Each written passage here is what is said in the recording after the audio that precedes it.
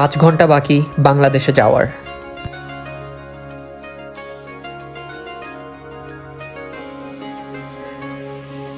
স্বপ্ন টানে দিলাম পাড়ি 24 ঘন্টা বাকি আমার বাংলাদেশে যাওয়ার। আব্বুর জন্য কিছু পারফিউমস নিলাম, আম্মুর জন্য কিছু জিনিস, আর ফ্রেন্ডস আর কাজিনদের জন্য কিছু চকলেটস এবং পারফিউমস। এখন আমার কাপড় কোথায় নিব? দিলাম পাড়ি অচিন পথে আপন ছাড়ি পেছন ফেরার স্মৃতি বলে চল ফিরে আবার স্বপ্ন যাবে বাড়ি 21 ঘন্টা বাকি আমার বাংলাদেশে যাওয়ার। আপনারা যারা দেশের বাইরে থাকেন বা পরিবার থেকে দূরে থাকেন তারা সবাই হয়তো বুঝবেন অনেকদিন পরে দেশে যাওয়া বা বাড়ি ফেরার অনুভূতিটা কেমন। 19 ঘন্টা বাকি আমার বাংলাদেশে যাওয়ার।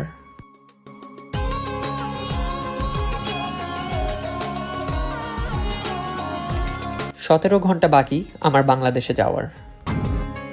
আসছে সেদিন বছর ঘুরে দিচ্ছে রে ডাক 15 ঘন্টা বাকি আমার বাংলাদেশে যাওয়ার। আসছে সেদিন এখন আমরা আছি সিঙ্গাপুর এয়ারপোর্টে আর ট্রাই করতেছি এখানকার খাবার। আপন সুরে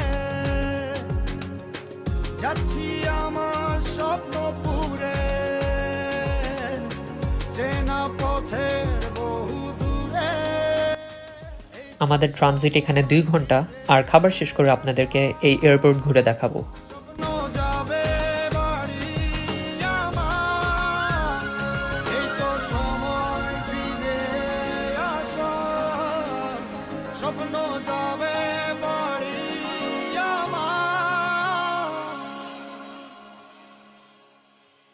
11 ঘন্টা বাকি আমার বাংলাদেশে যাওয়ার। আচ্ছা, এখন আমরা কি করতে পারি? চলো গিয়ে মুভি দেখি। যাবে বাড়ি আমার এই তো সময় ফিরে আসার স্বপ্ন যাবে বাড়ি 5 ঘন্টা বাকি আমার বাংলাদেশে যাওয়ার। যাবে বাড়ি আমার 2 ঘন্টা বাকি আমার বাংলাদেশে যাওয়ার।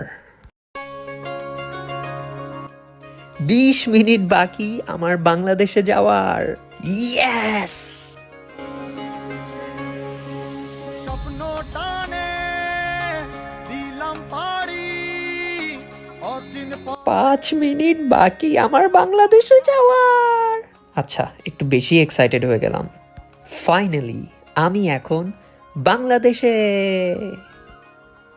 এটা সত্যি যে বাংলাদেশ হয়তো অস্ট্রেলিয়া, কানাডা বা আমেরিকার মতো উন্নত না, তবে মায়ের হাতের রান্না বা পরিবারের সাথে কাটানো মূল্যবান মুহূর্তগুলো কি অন্য দেশে পাবো? তাই হয়তো বারবার ছুটে আসি নিজের দেশ বাংলাদেশে।